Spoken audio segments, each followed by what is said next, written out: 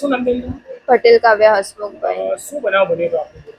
એ ત્યાં લોકો બધા ઝઘડતા હતા તો હું ટોળામાં ઊભી હતી તો અંદરથી સેજલ સુનિતા એ લોકો હતા ને એમને કંઈ છૂટું માર્યું મને ખબર નહીં શું પણ ડાયરેક્ટ મારા ફોરહેડ ઉપર આવીને વાગ્યું અને બ્લીડિંગ સ્ટાર્ટ થઈ ગઈ.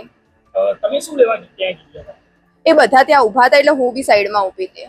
ક્યાં આગળ ઝઘડો થયો? મેરડી માતાજીના ચોકમાં. રામોસણ આવી ત્યાં? હા, શું કારણ શું?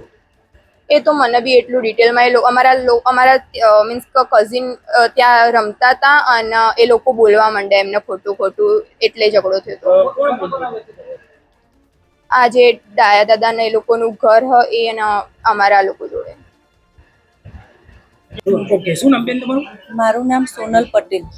સોનલબેન, તમારી સાથે શું બનાવ બન્યો હતો?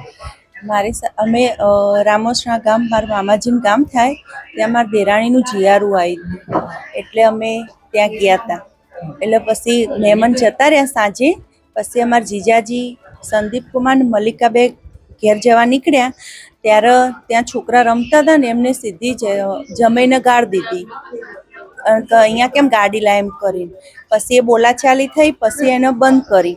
પછી તરત અમે ઘેર ગયા. ઘેર જઈને અમે કામ કરતા હતા ને અહીંયા લાકડીએ ચાલુ થઈ ગયું એટલે અમે દોડતા આવ્યા છોડાવવા. મારા દિયર હતા, મારા હસબન્ડ, મારા બાબો, મારા દેરાણી બધાય હતા, મામાજી ને બધાય. પછી અમે સોડાવા આવ્યા. અમે તો સોડાવા જ આવ્યા હતા. હું તો સોડાવા દોડતી હતી, સીધી મને પકડી અને ગાડી ઉપર ઊંઘાડીને સીધી મને મારવા માંડ્યા. મારા કપડાં ફાડી નાખ્યા. મને એવું કીધું કે તને નાગી કરવી એમ. અને એ રવિએ મારો ડ્રેસ ખેંચ્યો, ભૂમિએ મારી ચેન અને મારી બુટ્ટી ખેંચી દીધી અને મને અહીંયાય વગાડ્યું ને અહીંયાય વગાડી સાહેબ.